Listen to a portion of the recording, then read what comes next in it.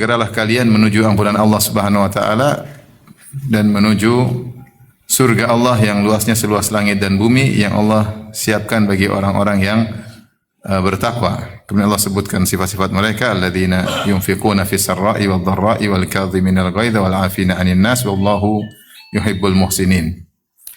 Yaitu surga yang Allah siapkan bagi orang yang bertakwa, yang mereka senantiasa berinfak dalam kondisi lapang, dalam kondisi sulit, mereka tetap berinfak, yang senantiasa meredam amarah jika memuncak amarah mereka dan senantiasa memaafkan orang lain yang menzalimi mereka. Wallahu yuhibbul muhsinin. Allah mencintai orang yang berbuat ihsan. Kemudian juga Allah berfirman dalam ayat yang lain, Sabiqu ila maghfiratin min rabbikum wa jannatin arduha ka'ardis samai wal ardi uiddat lil ladzina amanu billahi wa rusulihi. Dzalika fadlullahi yu'tihi man yasha' wallahu dzul fadlil azim. Dalam surat Al-Hadid kata Allah Subhanahu wa taala, bersegeralah kalian, sabiqu yaitu berlombalah, duluanlah ya, menuju kepada ampunan Allah dan juga surganya yang luasnya seluas langit dan bumi, yang Allah siapkan bagi orang yang beriman kepada Allah dan Rasul-Nya. Dzalika fadlullah yu'tihi man yasha. Itulah karunia Allah yang Allah berikan kepada siapa yang Allah kehendaki. Wallahu dzul fadlil azim. Dan Allah memiliki karunia yang agung. Di sini kalau tadi ayat dalam surat Al-Imran sari'u, bersegeralah, kalau ini sabiqu yaitu diluanlah ya. Kemudian juga Allah berfirman dalam ayat yang lain, fastabiqul khairat, yaitu berlomba-lombalah kalian, cepat-cepatanlah kalian dalam melakukan kebajikan-kebajikan. Demikian juga dalam ayat yang lain Allah suruh untuk bersaing ketika Allah menyebutkan tentang nikmat surga, kata Allah Subhanahu wa taala, wa fi dzalika falyatanafasil mutanafisun. Untuk urusan nikmat surga maka bersainglah. Jadi banyak ayat Allah tidak hanya memerintahkan untuk melakukan beramal tapi juga bersegera. Kenapa? Karena kita tidak tahu kapan kita dipanggil oleh Allah Subhanahu wa taala. Kalau kita dipanggil oleh Allah, sudah kita enggak bisa lagi beramal saleh. Disebutkan salah seorang saleh ketika dalam kondisi sakit, dia tetap baca Al-Quran. Maka ditegur oleh orang yang menyuruhnya, di saat seperti ini kau masih baca Quran? Ya, di dalam kondisi penghujung hayat, kau masih baca Quran dalam kondisi susah. Dia mengatakan, saya ingin baca sebelum lembaran catatan amalku ditutup. Mumpung masih dicatat oleh malaikat. Karena kalau sudah meninggal, selesai, kita enggak bisa lagi beramal saleh. Ya. Dan ketika orang meninggal dunia, maka amalannya tertutup, nanti dibuka lagi pada hari kiamat. Wa nukhriju lahu yaumal qiyamati kitaban yalqahu mansyura. Nanti pada hari kiamat baru dibukakan baginya, terbuka catatan amal tersebut dalam kondisi terbuka. Iqra kitabak. Allah berkata, bacalah catatan amalmu. Sementara kita masih hidup, maka malaikat masih siap terus mencatat apa yang bisa kita lakukan. Oleh karena kita disuruh bersegera, karena kita enggak tahu kapan catatan amal kita ditutup, yaitu kapan kita dicabut nyawanya, dan nyawa dicabut selalu atau biasanya dengan tiba-tiba tanpa diduga. Hadirin dan hadirat yang dirahmati oleh Subhanahu wa taala, ya.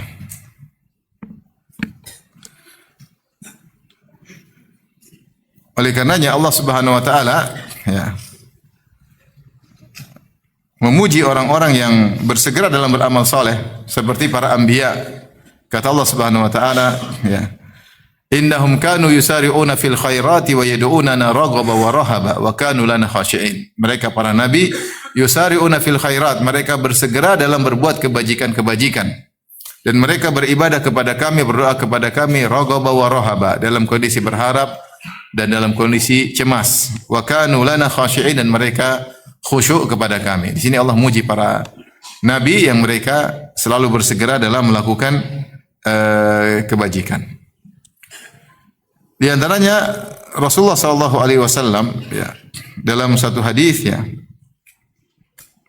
ketika Rasulullah sallam habis salat asar ya, Rasulullah ucapkan salam, tsumma qama musri'an. Rasulullah segera berdiri dan berjalan cepat. Sampai begitu cepatnya fatakhattaba riqaban nasi ila ba'dhi hujari nisa'ihi. Rasulullah habis assalamualaikum, assalamualaikum, habis langsung beliau berjalan sampai melewati sebagian pundak para sahabat. Terburu-buru menuju salah satu rumah dari rumah-rumah istrinya. Setelah itu Rasulullah SAW menjelaskan kenapa dia tadi buru-buru habis salat. Beliau berkata kepada para sahabat yang mungkin heran lihat kondisi Nabi habis assalamualaikum, assalamualaikum langsung berjalan cepat. Kata Nabi, "Dzakartu syai'an min tibrin indana." Saya tadi pas salat ingat ternyata masih ada kepingan logam emas ya, batangan emas yang saya masih simpan. Fakaritu an yahbisani fa amartu bi kismatihi. Ya, saya khawatir potongan emas tersebut akan menghalangiku atau menahanku, maka saya pun segera perintah untuk dibagi. Ya. Para ulama berselisih apa maksudnya. Rasulullah mengatakan saya khawatir emas tadi menghalangiku atau menahanku, maka saya suruh segera dibagi. Ada yang mengatakan maksudnya saya khawatir saya jadi terhalangi gara-gara urusan emas ini, ya, saya terhalangi dari melakukan kewajiban-kewajiban yang lain, ya. Ya, artinya ini ada amanah, saya harus segera sampaikan. Saya harus segera apa? Sampaikan, ya. Makanya kalau orang dititipi amanah, ada uang umat, harusnya dia gelisah, ini belum disalurkan, harus segera disalurkan. Ada yang mengatakan Rasulullah SAW mengatakan fakaritu an yabisani, aku khawatir aku akan dihisab oleh Allah pada hari kiamat kelak. Kenapa tidak segera disalurkan? Maka aku segera salurkan. Rasulullah sempat lupa, maka Rasulullah ingat, dan ini menunjukkan Rasulullah SAW bersegera dalam melakukan amal saleh agar mudah dihisab pada hari kiamat kelak. Dan itulah juga kebiasaan para sahabat. Para sahabat juga bersegera dalam amal saleh, bahkan mereka berlomba-lomba, ya. Seperti contohnya ketika perang Tabuk, Rasulullah SAW menyuruh untuk bersedekah. Karena perang Tabuk ketika itu perang sangat sulit, jarak tempuh 750 km, musim panas, sehingga butuh biaya yang banyak dan pasukan berangkat 30.000 orang. Maka Rasulullah menyuruh bersedekah. Maka datanglah Utsman bin Affan, dia mengatakan alayya mi'atu ibilin bi ahlasiha wa aktabiha. Saya sumbangkan 100 ekor onta dengan ahlasnya, itu dengan pelananya, wa aktabiha dengan dudukannya. Kalau katab itu dudukannya yang kayu yang di atas onta, ahlas itu maksudnya pelananya, kainnya. Dan semuanya berharga. Ontanya ada nilainya, katabnya ada nilainya, ahlasnya juga ada nilainya. Saya tanggung 100 ekor onta. Dan itu banyak, ya. 1 ekor onta berapa ribu real sekarang, mahal. Kemudian setelah itu Utsman berkata lagi, alayya mi'atun ukhra, saya sumbang lagi 100 ekor onta yang lainnya.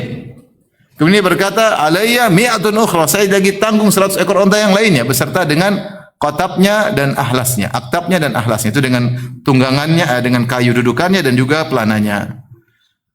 Semangatnya Utsman bin Affan. Rasulullah mengatakan setelah itu, ma darra Utsman ma amila ba'dal yaum. Setelah ini Utsman bikin apa saja tidak beri mudarat baginya. Maksudnya segera untuk berinfak ketika datang seruan infak dari Nabi sallallahu alaihi wasallam.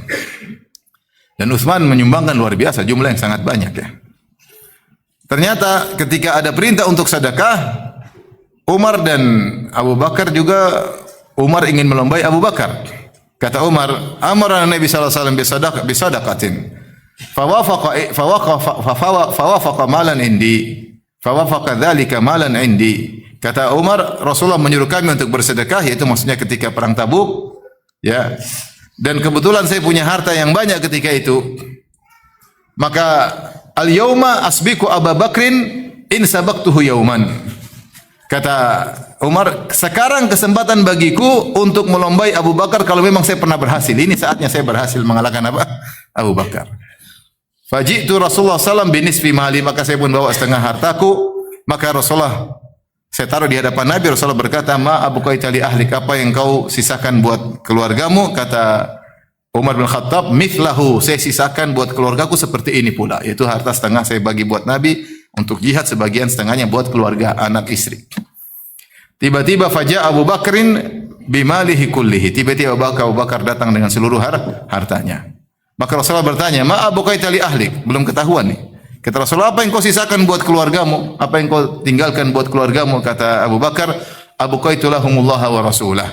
Aku tinggalkan bagi mereka Allah dan Rasulnya. Kata Umar, tidak mungkin saya mengalahkan Abu Bakar. Dan subhanallah mereka ternyata berlomba bukan cuma permasalahan yang seperti itu, bahkan permasalahan kecil, ibadah yang mungkin dianggap sepele, memberi kabar gembira kepada orang lain, Abu Bakar juga duluan. Saya contohkan sebuah hadis riwayat Imam Ahmad dalam musnadnya. Maksudnya bukan cuma masalah-masalah yang mungkin kita lihat pandang besar. Terkadang ada masalah yang kelihatannya sepele, memberi bahagia kepada orang lain pun Abu Bakar duluan.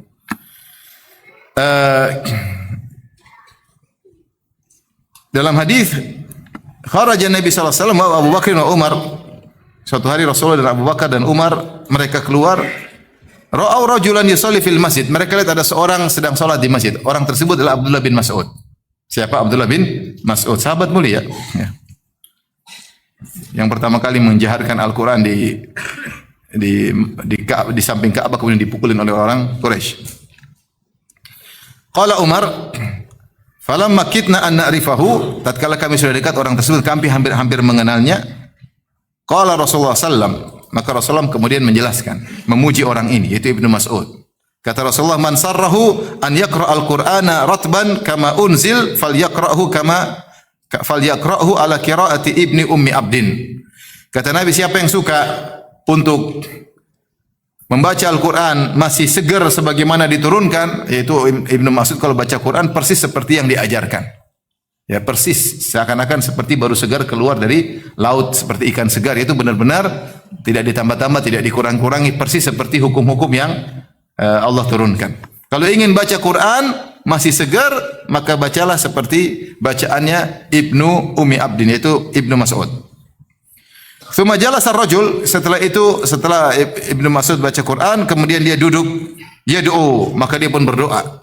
Ketika dia berdoa, Rasulullah berkata, faja'ala Rasulullah sallam yaqul lahu. Umar cerita ini, maka Rasulullah sallam pun berkata mengomentari Ibnu Mas'ud. Dia berkata, sal tu'tah.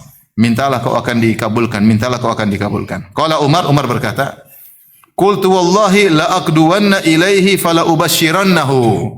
Kata Umar, demi Allah saya akan segera menuju lelaki ini, yaitu Ibnu Mas'ud, dan saya akan kasih tahu kabar gembira bahwasanya Rasulullah SAW memujinya, dan Rasulullah mengatakan kalau kau berdoa akan dikabulkan. Qala faqadautu ilaihi, maka saya segera, itu keesokan harinya pagi-pagi sekali saya pergi menuju Ibnu Mas'ud li ubasyirahu, untuk saya kabarkan gembira kepadanya. Fawajadtu Abu Bakrin radhiyallahu anhu qad sabaqani ilaihi. Ternyata Abu Bakar duluan. Fabasyarahu, kasih tahu, beri kabar gembira kepada Ibnu Mas'ud sebelumku. Kata Umar mengomentari, wala wallahi ma sabaqtuhu ila khairin qad illa wa sabaqani ilaihi. Demi Allah, tidaklah aku melombainya dalam satu amal pun kecuali dia yang menang. Tapi maksudnya mereka berlomba. Jadi Abu Bakar As-Siddiq bukan cuma bersegera dalam yang kelihatan menurut kita amalan besar, bahkan memberi kabar gembira kepada saudara yang mungkin kelihatannya amal sepele, ternyata Abu Bakar juga mendahului. Ini contoh, ya. Contoh lagi, bagaimana Abu Bakar, bagaimana para sahabat ketika Rasulullah beri kabar gembira, mereka semangat. Seperti ketika dalam suatu perang, Rasulullah memacu, memotivasi para sahabat. Kata Rasulullah SAW, kumu ila jannatin ardu samawati wal ard. Segeralah kalian menuju surga yang luasnya seluas langit dan bumi. Maka ada sang sahabat berkata, bakhin. Sungguh hebat. Kata Nabi, ma hamalaka ala an taqula bakhin. Apa yang buat engkau berkomentar, wow hebat. Kata dia, sungguh indah surga, ya, ya. Kemudian dia bertanya, kalau saya meninggal apakah saya akan masuk jadi penghuni surga? Kata Rasulullah, innaka min ahliha, kau akan termasuk penghuni surga. Maka dia segera masuk dalam medan pertempuran tanpa menunda lagi. Ketika itu dia sedang makan korma, ya, maka dia keluarkan korma-kormanya. Dan dia berkata, la in hayaitu hatta akula tamarati hadi innaha la hayatun tawilah. Kalau saya harus nunggu sampai selesai makan korma, terlalu lama. Dia buang kormanya, langsung dia maju dalam medan pertempuran. Kalau nunggu harus sampai selesai makan nasi padang, kelamaan. Luar biasa. Dengan para sahabat bersegera. Ada seorang namanya Amr bin Jamuh. Amr bin Jamuh radhiyallahu anhu punya anak-anak, mereka mujahidin, mereka berjihad, dan sementara dia pincang. Kata anaknya, enggak usah ya, kita aja yang mewakili. Anaknya semua perang. Tapi dia juga, saya pengen masuk surga. Memang kalian larang saya masuk surga. Nah, dia pergi menuju Nabi, dia menyuruh Rasulullah. Sementara dia beruzur, kalau orang pincang tidak harus berperang. Dia menyuruh Rasulullah, kalau saya meninggal hari ini, apakah pincangku ini akan menginjakkan Maka injak surga, kata Nabi, kau akan injak surga dalam kondisi pincangmu normal. Maka dia segera masuk dalam pertempuran, akhirnya meninggal dalam perang Uhud radhiyallahu taala anhu. Lihatlah bagaimana Hanzalah ibn Abi Amir ketika dia baru menikah, menggauli istrinya di pagi hari, tiba-tiba dia mendengar genderang peperangan perang Uhud, maka belum sempat mandi junub, kemudian dia pergi perang. Akhirnya ketika meninggal dunia, Rasulullah melihat malaikat memandikannya. Kata Rasulullah SAW, is'alu sahibatahu. Tanyakan sama istrinya, ada apa gerangan? Ternyata istrinya bilang dia belum sempat mandi apa? Junub, bersegera.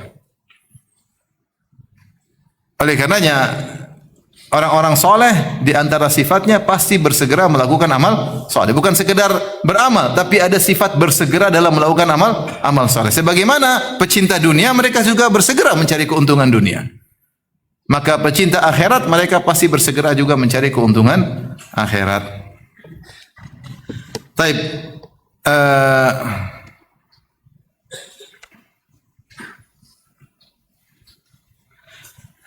Di antara hal-hal yang membantu kita untuk bersegera dalam melakukan amal soleh, yang pertama, ikhwan dan akhwat yang rahmatillah subhanahu wa ta'ala, hendaknya sering mengingat kematian. Kalau ingin semangat selalu, ada yang bilang, Ustaz saya sering futur. Futur gimana caranya enggak futur? Ingat mati. Kalau ingat mati, insya Allah semangat.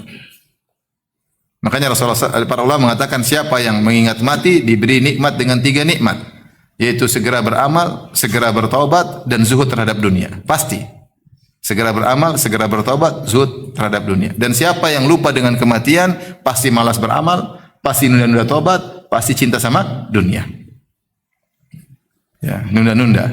Oleh karena Rasulullah mengatakan, "Aktsiru min dzikri hadhimil ladzat." Perbanyaklah mengingat penghancur kelezatan, yaitu al-maut, yaitu kematian. Perbanyaklah mengingat pemutus kelezatan, yaitu kematian. Orang yang sering ingat, entar lagi saya meninggal ya. Kalau saya meninggal bagaimana? Ingat bagaimana alam barzah, ingat tentang kematian, ya. Oleh karenanya sering ingat akhirat, sering ingat kematian, ya, maka membuat orang termotivasi untuk beramal, segera beramal soleh. Kita lagi malas, wah, kalau sore ini saya meninggal, saya nggak bisa lagi. Mumpung masih hidup, ya. Maka di antara cara untuk tidak malas beribadah, sering ingat kematian. Namun siapa yang suka sering ingat kematian?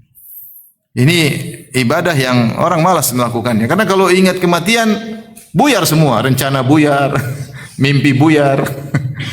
Jadi, berat. Jadi orang malas untuk ingat kematian karena itu enggak enak. Mengingat hari akhirat, mengingat padahal mendatangkan kebahagiaan. Kelihatannya enggak enak tapi itu mendatangkan apa? Kebahagiaan. Orang yang sering ingat kematian maka dia akan semangat beramal soleh. Kalau dia sudah beramal soleh, maka dia akan mendapatkan kebahagiaan. Kita lihat diri kita.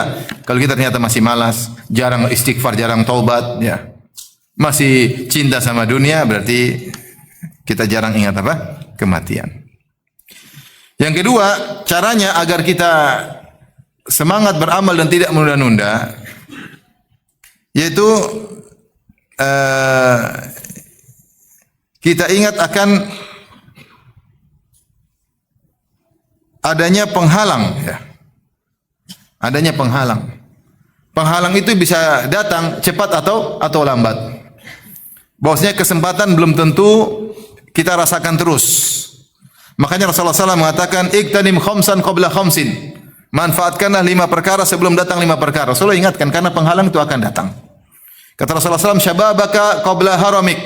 Manfaatkanlah masa mudamu sebelum kau tua. Masih muda, semangat, masih energik. Kalau umrah, kalau haji, energik. Kalau berdakwah, energik. Ya. Kegiatan apa saja energik. Kalau udah tua, susah.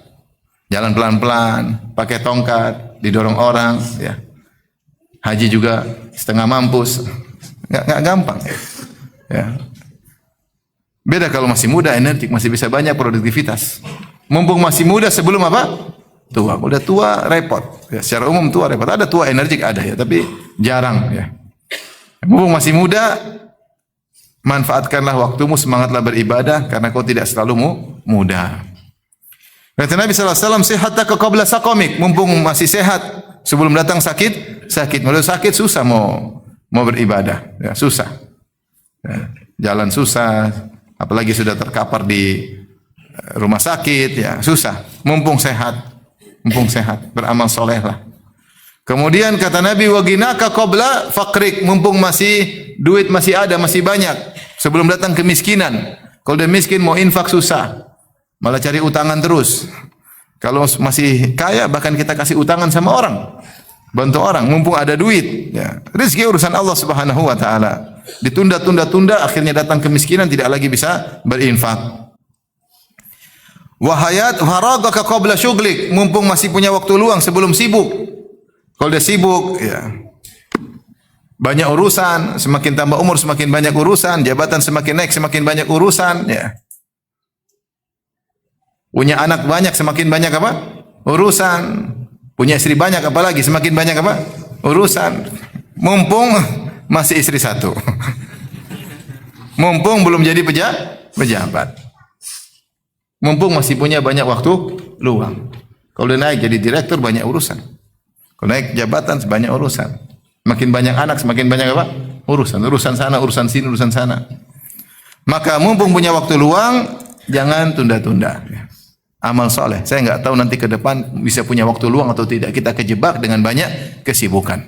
Mau enggak mau. Banyak yang mau diurus. Urusan ini, urusan ini.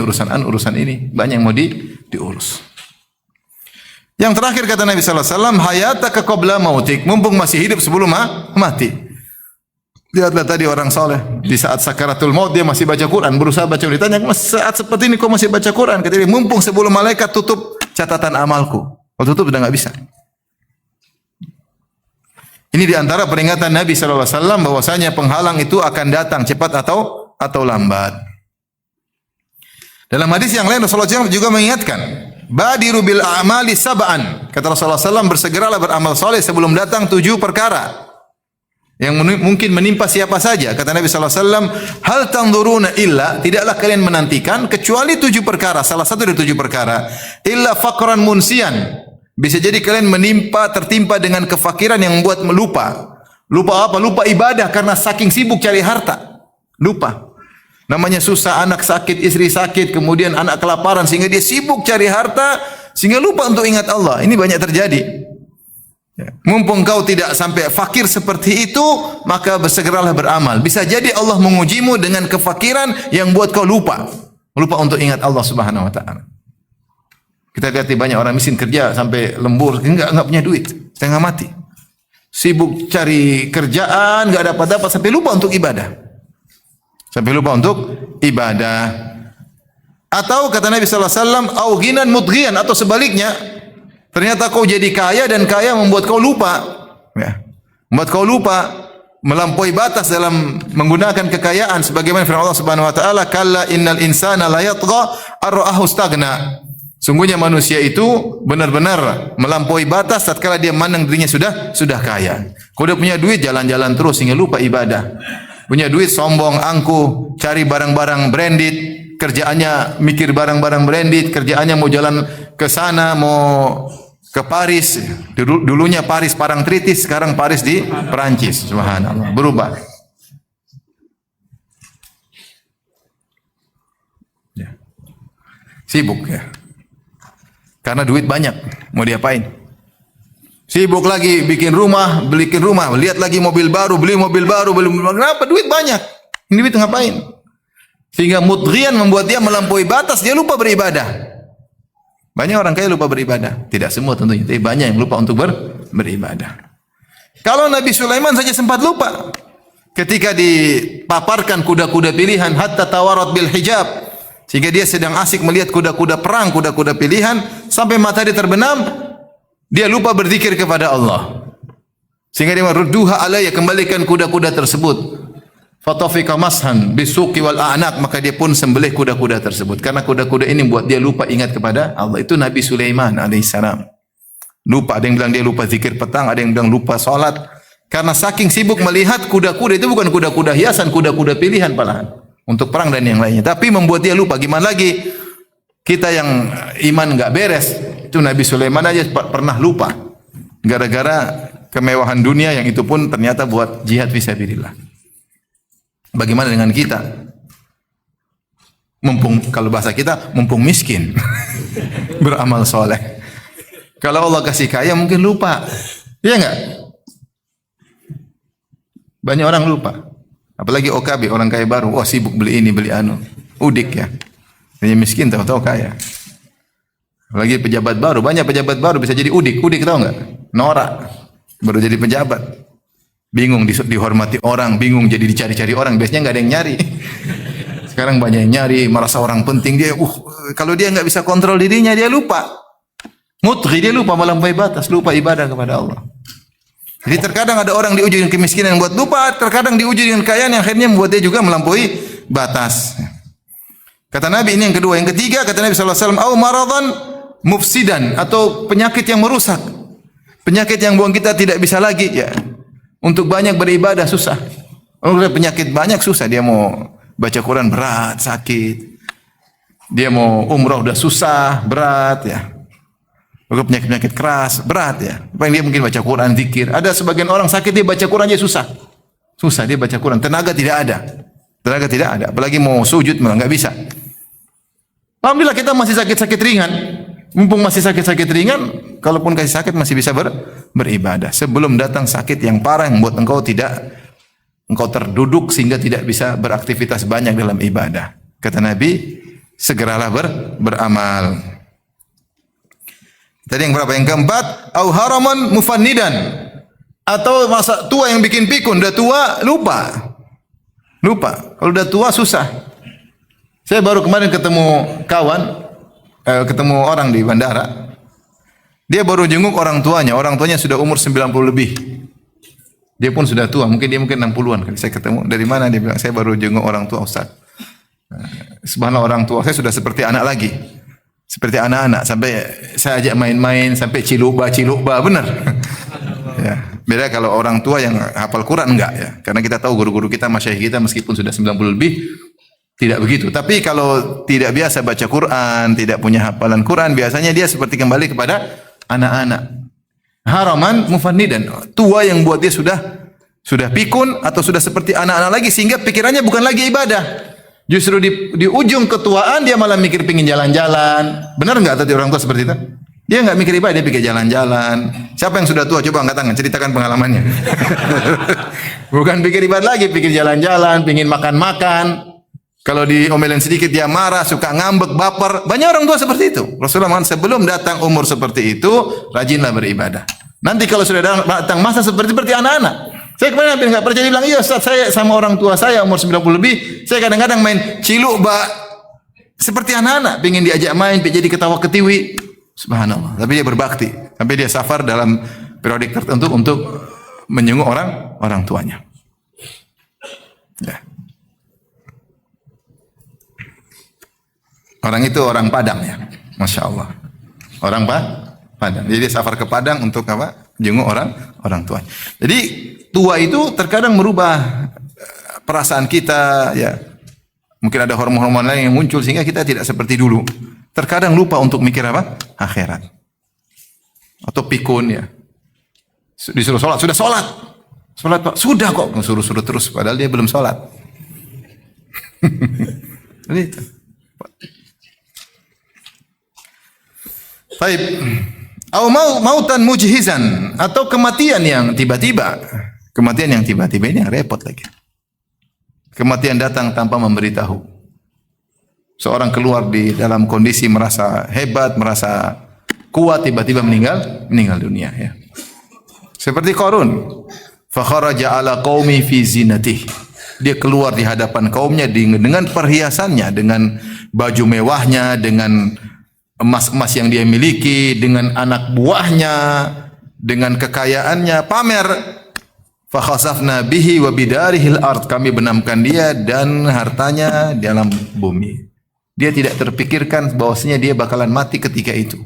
Dia lagi keluar dengan gagah-gagahnya dan sombong-sombongnya. Betapa banyak orang seperti itu keluar dari rumah tidak terpikirkan bakalan mati, 1% pun enggak ada pikiran, 1% pun bakalan ada kemungkinan mati. Probability-nya tidak ada dalam benaknya. Tahu-tahu dia meninggal dunia. Kematian kapan saja. Orang sedang olahraga banyak meninggal enggak? Dia olahraga buat sehat malah meninggal. Banyak enggak? Banyak. Dia olahraga buat apa? Buat panjang umur kan? Malah olahraga itu bikin dia mati. Banyak. Nggak ada yang tahu. Ya. Mungkin terlalu sehat makanya mati. Nggak ada yang tahu. Nggak ada yang tahu. Ya. Ada pepatah Arab, utiya min haitsu ya'man. Seorang terkena musibah di sisi yang dia merasa aman. Menurut dia kena musibah di situ malah. Dia kena musibah di situ ya. Sampai diceritain ada ustaz, ada profesor ahli stroke. Doktor ahli stroke, spesial stroke. Dia malah meninggal kena stroke. Dia malah meninggal kenapa? Stroke. Enggak ada yang tahu. Makanya antum jangan sok ya. Sok inilah, sok anulah. Tahu-tahu meninggal ya. Ada orang enggak pernah olahraga, kurus-kurus, tahu-tahu hidup lama. Yang satu olahraga terus mati di luar. Bukan berarti jangan olahraga, enggak olahraga. Tapi maksudnya kan olahraga, jangan merasa pede bahwasanya kalau saya olahraga umur saya lebih panjang, belum tentu. Belum tentu. Saya ada kerabat subhanallah umur sekarang sudah mungkin mau 90. Tidak olahraga tapi tiap malam sholat malam selalu baca Quran sebelum subuh. Orang beda-beda kan.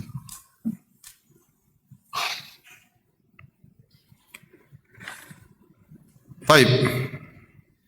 Au Dajjal, atau kalau kalian pun tidak bertemu dengan 6 akan ketemu yang 7 namanya Dajjal. Fasyarun ghaibun syarru ghaibin yuntazar. Ini yang belum hadir, yang paling fitnah, yang paling parah yang akan datang. Atau yang ketujuh awisa, itu yang keenam awisa atau fasa atau adha wa amar. Kalau kalian tidak bertemu dengan ini semua, kalian akan bertemu dengan apa? Hari kiamat. Dan hari kiamat lebih dahsyat, lebih pedih, lebih dahsyat. Oleh karenanya di sini Rasulullah SAW mengingatkan untuk segera beramal soleh karena kita tidak tahu kapan ada penghalang yang datang menghampiri kita sehingga kita tidak bisa beramal soleh lagi. Mumpung ada kesempatan, jangan tunda-tunda. Jangan bilang nanti. Kita nggak tahu nanti ada kesibukan lain, kita nggak tahu, tidak ada kata nanti kita bakalan meninggal dunia. Oleh karenanya kalau yang jadi masalah sekarang taswif, nantilah. Dalam bahasa Arab namanya taswif. Ini salah satu jebakan setan. Seorang berencana, kadang-kadang kita dengan orang berencana cerita indah, tapi dia nggak kerja-kerjain. Dia nggak kerja-kerjain karena nanti. Dia pikir umurnya masih panjang, tahu-tahu meninggal dunia. Taib. Ini tadi yang keberapa? Yang kedua. Yang ketiga di antara perkara yang buat kita segera beramal soleh, mengingat fitnah yang bahaya. Betapa banyak orang gugur dalam fitnah. Kata Rasulullah SAW, badiru bil a'mali fitanan kakit alil lail muzlim. Ya. Yusbihu rajulu mu'minan wa yumsi kafiran wa yumsi rajulu mu'minan fa yusbihu kafiran. Yabi'u dinahu bi'radid minad dunya qalil. Ya. Kata Nabi SAW, bersegeralah beramal soleh sebelum datang fitnah-fitnah. Yang bisa saking dahsyatnya fitnah tersebut, kata Nabi, kakita al-lail muzlim, seperti potongan-potongan gelap malam yang sangat gulita, yang tidak, orang kalau sudah kena fitnah dia tidak bisa lihat, saking gelapnya. Itu fitnah yang sangat luar biasa, membuat orang tidak ngerti, ini salah, ini benar, ya, atau hawa nafsunya menutupinya sehingga dia lakukan apa yang tidak dia lakukan, saking besarnya fitnah tersebut. Sampai-sampai kata Nabi SAW, seorang lelaki di pagi hari masih mukmin, sorenya sudah kafir. Ya, dan sebaliknya ada yang sore masih kafir, pagi sudah beriman. Tapi ada yang wa yumsi mu'min yusbihu al-abdu musliman wa yumsi kafiran wa yumsi mu'minin fayusbihu kafiran. Pagi dia muslim, sore dia kafir. Ada yang sore masih muslim, paginya dia sudah kafir. Kenapa terfitnah dengan dunia? Yabi'u dinahu bi'radi minad dunya qalil. Dia jual agamanya ya gara-gara secercah dunia yang sedikit. Fitnah bisa datang. Luar biasa. Oleh karenanya zaman orang nenek moyang kita tidak bertemu fitnah seperti kita di zaman sekarang. Fitnah tidak seperti zaman sekarang. Sekarang luar biasa. Fitnah apapun. Syirik bisa diakses di mana-mana. Syubhat diakses di mana-mana. Syahwat bisa diakses kapan saja. Setiap orang memegang semua kunci fitnah ada di tangannya. Selama kuota masih ada, dia bisa mengakses seluruh fitnah yang ada di alam semesta ini. Ngeri. Zina dengan begitu mudahnya, murah meriah. Ngeri. Judi dengan begitu mudahnya. Ya. Mau nonton apa saja dia bisa nonton. syubhat bisa dia akses, semuanya fitnah luar biasa. Ya. Sampai-sampai Rasulullah mengatakan ya'ti zamanun. Ya, akan datang satu zaman ya, yang disebut kata Nabi ayamu sabar, hari-hari di mana butuh kesabaran. Ya. Al-mutamassiku bidinihi al-qalqabid alal jamrah. Siapa yang berpegang dengan agamanya di zaman-zaman seperti itu seperti orang yang memegang bara api karena fitnah yang luar biasa. Fitnah yang luar biasa. Ya. Maka kita boleh bilang sungguh beruntung orang-orang yang mungkin meninggal dahulu yang mereka tidak bertemu dengan fitnah seperti kita di sekarang ini. Saya ada kawan subhanallah hafal Quran, kemudian dia terkena musibah, dia buta. Sebenarnya musibah bagi dia ya. Siapa yang mau dikasih musibah untuk jadi buta? Tapi dengan dia buta dia selamat dari banyak fitnah. Dia selamat dari banyak fitnah. Dia waktunya untuk murajaah, waktunya untuk mendengar kebaikan. Kita yang dikasih mata habiskan waktu untuk yang tidak. Oleh karenanya kalau ada kesempatan beramal soleh, segera beramal. Sebelum kita ditimpa dengan fitnah yang buat kita linglung, buat kita bingung, buat kita melupakan ilmu kita, membuat kita menerjang karena syahwat sudah mendominasi, kita nggak tahu kapan itu terjadi. Dan banyak orang berguguran, banyak ikhwan, banyak. Tadinya ada orang berpegang teguh dengan syariat, tiba-tiba praktek riba. Tahu-tahu berpegang syariat, tahu-tahu muamalah korupsi. Dia nggak kuat. Sekarang dia boleh ngomong, ini haram. Ketika depan dia, sebenarnya masih ada sisi boleh sih. Masuk. Benar. Ini ngeri. Yang dulu dia wara, berubah. Kenapa fitnah? Kebutuhan istri, kebutuhan anak-anak, banyak utang orang tagih-tagih. Akhirnya berubah, fatwanya berubah. Terjebaklah dalam fitnah. Oleh karenanya kalau kita lagi diselamatkan oleh Allah dari berbagai macam fitnah, jangan lupa kita beribadah. Apa ibadah yang bisa kita lakukan? Ibadah banyak. Ya ikhwan, ibadah itu maksudnya bukan terbatas pada baca Quran, salat malam, ibadah itu banyak. Berbakti sama orang tua, ngurus anak-anak dengan niat ibadah, ajarin istri dengan niat apa? Ibadah. Bantu tetangga dengan niat apa? Ibadah. Bantu anak yatim. Punya kesibukan apapun yang kita lakukan. Jadi takmir masjid, ngurusi dakwah, ngurusi pengajian juga apa? Ibadah ya. Berkata-kata yang baik adalah ibadah, senyum kepada sama kaum muslim adalah ibadah. Banyak ibadah yang bisa kita lakukan. Silaturahmi, telepon keluarga, jenguk kakak, jenguk adik, perhatian sama ponakan, ziarah jenguk ayah dan ibu. Banyak yang bisa kita lakukan. Tante, banyak mau pintu silaturahmi aja banyak yang bisa kita lakukan. Nah, saya ibadah tuh banyak. Ya. Membahagiakan kawan, ngobrol dengan kawan dengan nilai ibadah. Ya.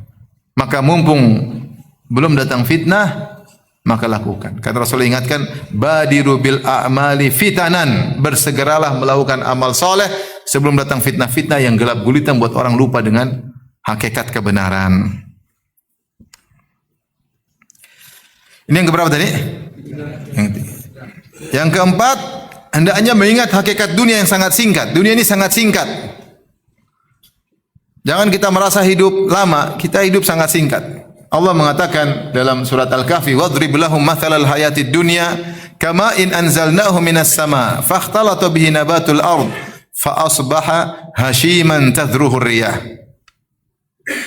Wa kana Allah ala kulli syai'in muqtadira. Kata Allah Subhanahu wa taala, berilah perumpamaan kepada mereka tentang kehidupan dunia. Kehidupan dunia apa maksudnya? Kehidupan dunia seperti kama in anzalnahu minas sama, seperti air yang kami turunkan dari langit, fakhtalata bihi nabatul ard, kemudian bercampur dengan air masuk ke dalam tanaman, maka tanaman tersebut tumbuh menghijau.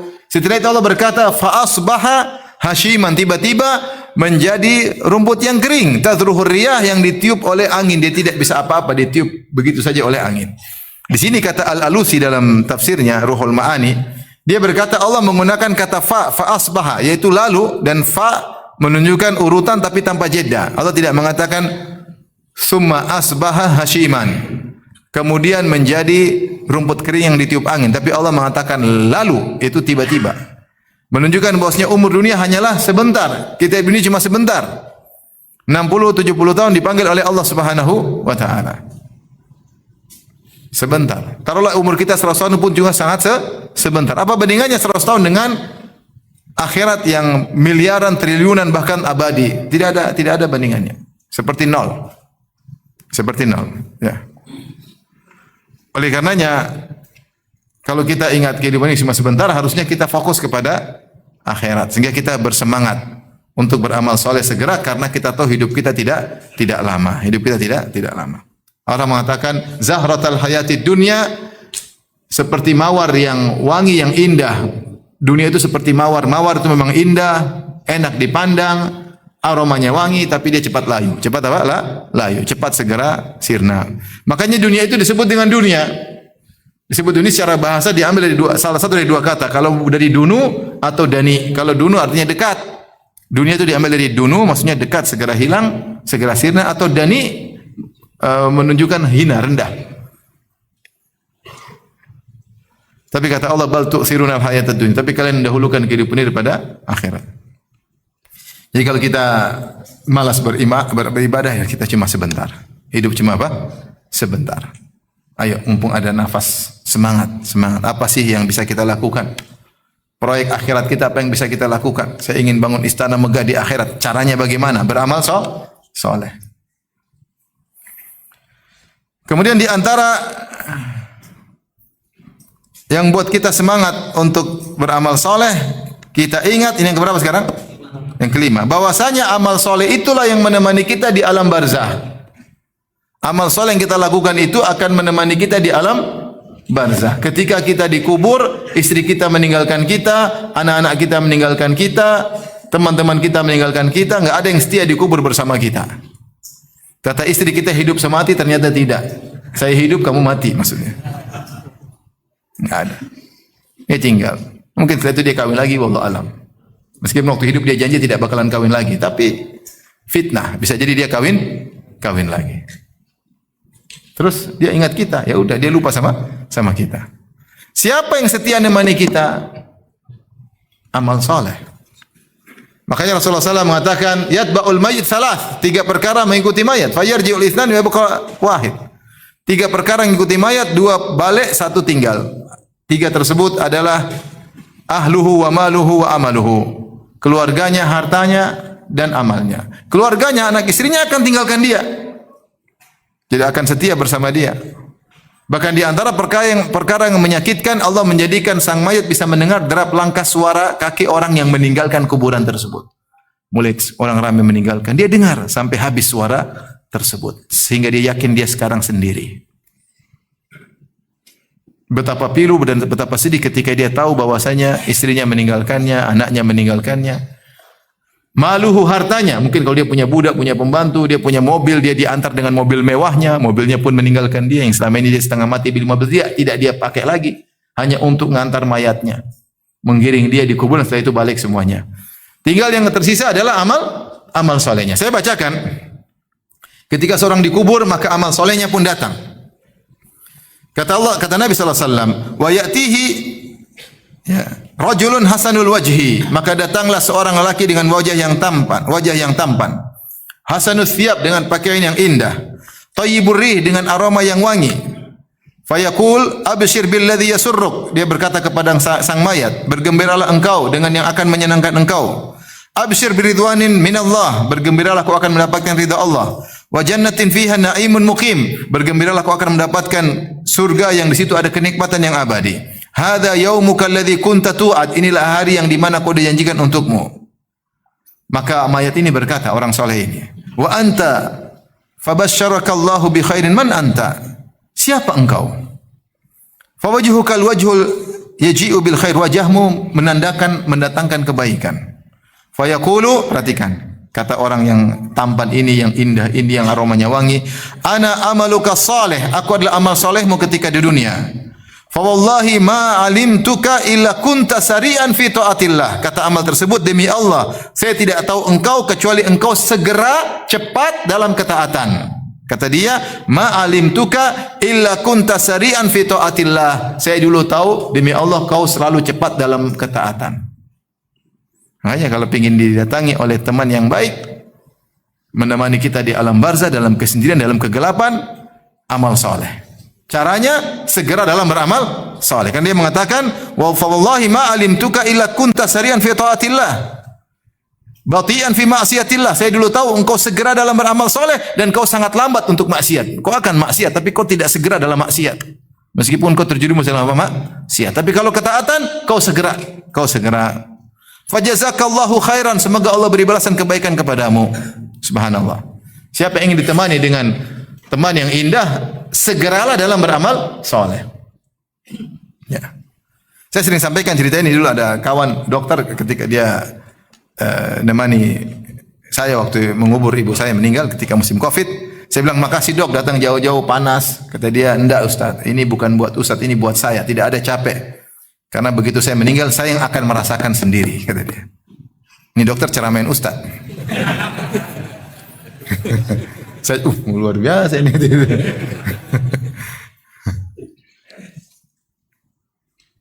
Dia bilang begitu. Ya.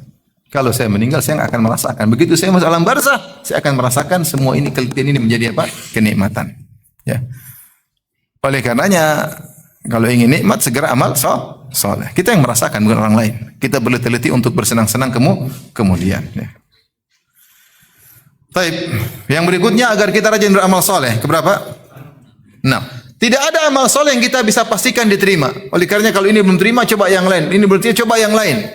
Kita segera. Makanya Allah sebutkan ketika Allah sebut tentang orang-orang soleh di dalam surat Al-Mu'minun, kata Allah Subhanahu wa taala, Innal ladzina hum min khasyati rabbihim mushfiqun wal ladzina hum bi ayati rabbihim yu'minun wal ladzina hum bi rabbihim la yusyrikun wal ladzina yu'tuna ma ataw wa qulubuhum wajilatun annahum ila rabbihim raji'un ulaika yusari'una fil khairati wa hum laha sabiqun. Kata Allah ketika memuji orang bertakwa, innal ladzina hum min khasyati rabbihim mushfiqun. Sungguhnya orang-orang yang mereka takut kepada Allah Subhanahu wa taala. Walladzina hum bi ayati rabbihim yu'minun, dan orang-orang yang beriman kepada ayat-ayat Allah. Walladzina hum bi rabbihim la yusyrikun, yang mereka tidak pernah berbuat syirik kepada Allah. Allah puji, ya. Mereka takut kepada Allah, mereka beriman kepada ayat Allah, mereka tidak berbuat syirik sama Allah Subhanahu wa taala. Walladzina yu'tuna ma atau, dan mereka melakukan apa yang mereka lakukan, yaitu mereka beramal saleh, banyak beramal saleh. Wa qulubuhum wajilah, sementara mereka banyak beramal saleh, hati mereka takut, annahum ila rabbihim raji'un, mereka takut dikembalikan kepada Allah. Mereka tidak tahu amal mereka diterima atau tidak. Ketika turun ayat ini, Aisyah bertanya, "Ya Rasulullah, apa maksud ayat ini? Mereka takut apakah mereka berzina, mencuri, minum khamar?" Kata Rasulullah, "Tidak ya Aisyah. Justru mereka ini bersedekah, mereka salat, mereka puasa, kemudian mereka takut amal mereka tidak diterima. Karena mereka takut amal mereka tidak diterima, ulaika yusari'una fil khairat, maka mereka cepat melakukan amal saleh. Karena mereka tahu mungkin ini tidak diterima, mungkin yang ini diterima. Ini diterima, mungkin yang itu yang diterima. Sehingga mereka semangat. Wa hum laha sabiqun, dan mereka bersegera dalam beramal saleh. Jadi kalau kita tidak tahu amal kita terima, kita semangat lagi yang lain. Bukan taruh, saya sudah bangun masjid, aman. Belum tentu masjidnya mau diterima, belum tentu. Ada stempel dari Allah enggak? Diterima? Belum tentu. Sehingga sebagian orang sudah bangun masjid, dia bangun masjid yang lain lagi. Saya kenal kawan hobinya bangun masjid lagi. Kita sih hobi, cuma duit enggak ada. Mungkin ada yang bilang, Ustaz, kalau saya punya uang seperti itu, saya juga hobi. Belum tentu. Kalau punya uang seperti dia, mungkin hobi kawin, bukan hobi bangun masjid. Belum tentu ya. Ini orang bangun masjid, bangun masjid lagi. Sekarang lagi pingin bangun masjid lagi. Luar biasa. Hobinya bangun apa? Masjid. Yang tidak merasa saya sudah bangun, pasti diterima, enggak. Orang-orang soleh itu beramal soleh banyak, tapi mereka khawatir belum tentu diterima. Karena mereka khawatir belum diterima, makanya mereka bersegera. Ulaika yusari'una fil khairat, mereka bersegera dalam kebaikan. Wahum laha sabiqun, dan mereka bersegera di luar. Maka mereka inilah Allah berkata, was-sabiquna sabiqun, ulaikal muqarrabun, dan orang yang selalu di luar. Segera Allah sebutin mereka dengan was-sabiquna sabiqun, itu yang di luar, dahulu, cepat-cepatan. Ulaikal muqarrabun, mereka itulah orang-orang yang didekatkan kepada Allah Subhanahu wa taala. Surga mereka tinggi. Baik, kalau kita tidak tahu amal kita diterima yang mana, maka bersegera dalam melakukan ketaatan yang lain. Ini yang keberapa? Ya, sementara kita tahu dosa kita pasti dicatat. Dosa kita pasti dicatat enggak? Atau malaikat ada yang lupa tidak catat? Pasti dicatat. Amal kita belum diterima, dosa kita pasti tercatat. Maka kita segera beramal soleh. Baik, sekarang yang berapa? Ketujuh. Di antara hal yang buat kita semangat beramal soleh, kita tahu bahwasanya masalah pahala itu hak prerogatif Allah. Terserah Allah mau kasih pahala berapa, terserah Allah. Allah merahmati. Yang penting tugasmu melakukan sebab. Amal soleh apa saja lakukan. Karena bisa jadi yang anggap kita sepele ternyata yang bikin masuk surga. Maka jangan tunda-tunda. Ada pintu kebaikan lakukan. Sebagai contoh, ada amal soleh yang sepele ternyata bikin orang masuk surga. Amal soleh tersebut adalah imatatul adza anit tariq, menghilangkan gangguan dari jalan. Amal soleh ini disebut oleh Nabi cabang keimanan paling rendah. Kata Rasulullah SAW, al-imanu bid'un wa sab'una syu'bah. Iman itu 70 sekian cabang. A'laha kalimatul la ilaha illallah, yang paling tinggi la ilaha illallah. Wa adnaha, yang paling rendah, cabang paling rendah, imatatul adza anit tariq, menghilangkan gangguan dari jalan. Jadi ini Rasulullah sedang berbicara tentang cabang keimanan yang paling rendah. Ternyata cabang keimanan yang rendah ini pernah membuat orang masuk surga. Saya bacakan hadisnya. An Abi Hurairah radhiyallahu anhu anna Rasulullah sallallahu alaihi wasallam, dari Abu Hurairah bahwasanya Rasulullah SAW bersabda, bainama rajulun yamshi bi tariq, ketika ada seorang sedang berjalan, lelaki berjalan di jalan. Wajada gusna syaukin, dia melihat ada dahan yang ada durinya. Fa akhadahu, maka dia ambil, dia pindahkan dari jalan. Fa syakarallahu lahu fa ghafara lahu, maka Allah balas kebaikannya. Allah Maha Asy-Syakur. Itu Asy-Syakur yaitu membalas sedikit dengan yang banyak. Namanya apa? Asy-Syakur. Sedikit dibalas dengan banyak. Amal dia sangat sedikit, sangat ringan. Ini cabang keimanan yang paling rendah. Tetapi ghafarallahu lahu, maka Allah ampuni dia. Hadis riwayat Bukhari dan Muslim. Gara-gara dia melakukan amal soleh yang dianggap apa? Sedikit. Kita enggak tahu urusan pahala, urusan Allah. Ya. Dan Allah tidak zalim. Ya. Berbeda kalau dosa sedikit Allah kasih adab yang banyak, ya kita boleh protes. Adapun amal sedikit Allah kasih pahala banyak, terserah Allah, jangan protes. Malah alhamdulillah. Kok banyak ya Allah? Harusnya sedikit. Bahlul. Dalam riwayat yang lain, wa fi riwayatin ukhra Rasulullah SAW bersabda, marra rajulun bi gusni syajaratin ala dhahri tariq.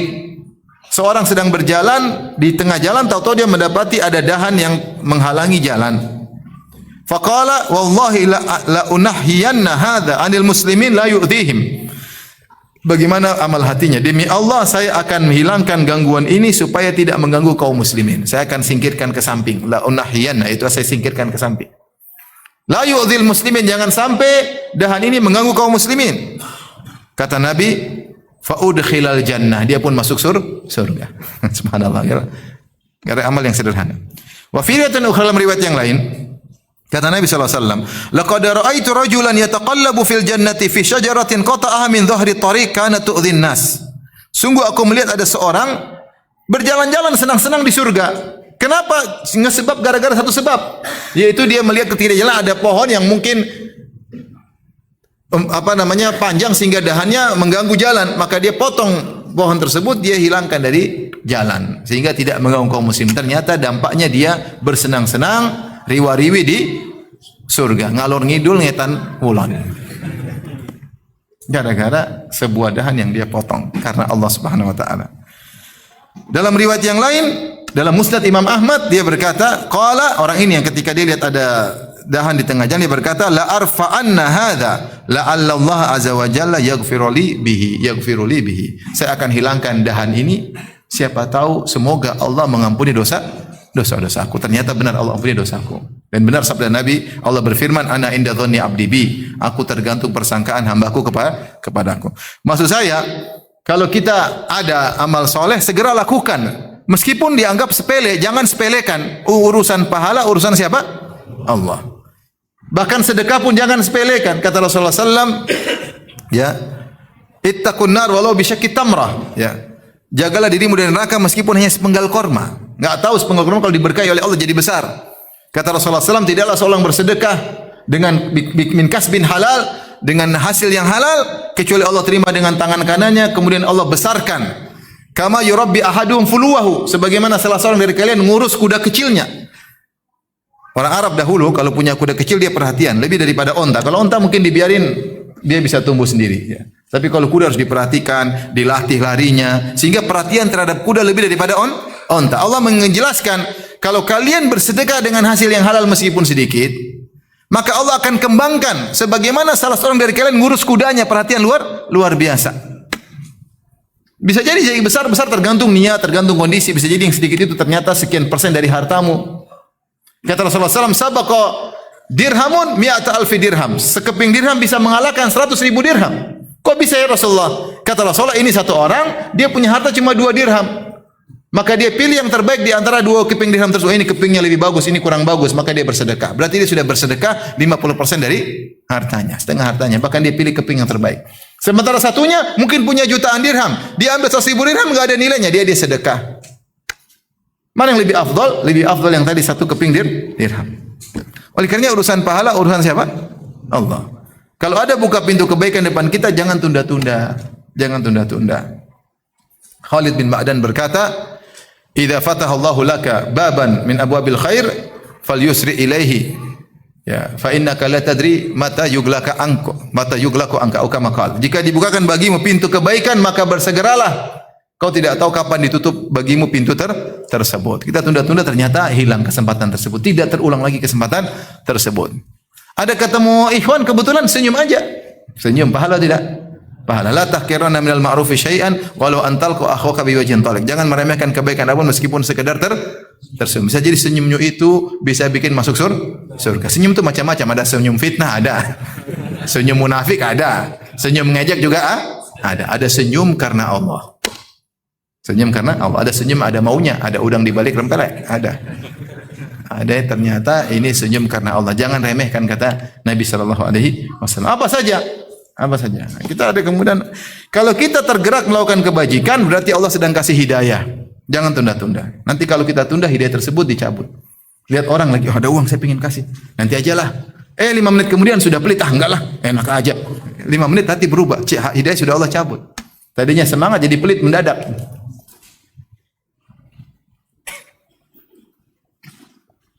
Atau kita punya uang mau sedekah, akhirnya kita nggak jadi, ternyata Allah kasih kesibukan yang lain. Ternyata anak sakit tiba-tiba, akhirnya buat beli obat. Ya. Akhirnya gini. Padahal tadi kalau kita sedekah mungkin anak nggak sakit. Jadi kan jangan tunda-tunda. Ya. Kalau ada kesempatan beribadah, segera beribadah.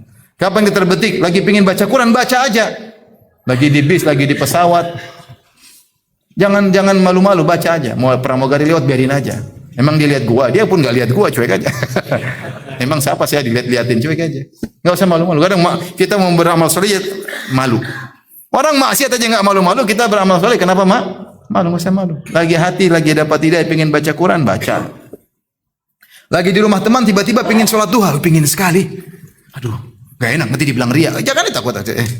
Ada ini. Allahu Akbar, cuek aja. Tobat nih ya, biar. Biar aja. Jangan tunda-tunda. Lagi di mobil, lagi tiba-tiba pengen zikir aja. Astagfirullah. Semalam ngapain aja? Astagfirullah. Jangan seudon. Nasihati.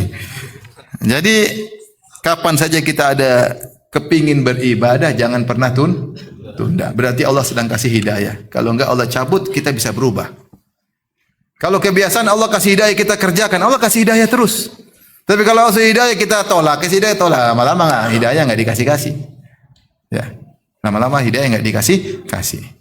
Maka jangan pernah meremehkan amal soleh. Sekecil apapun kita bilang urusan pahala, urusan siapa? Allah. Dan Allah Asy-Syakur, Maha membalas sedikit dengan yang banyak.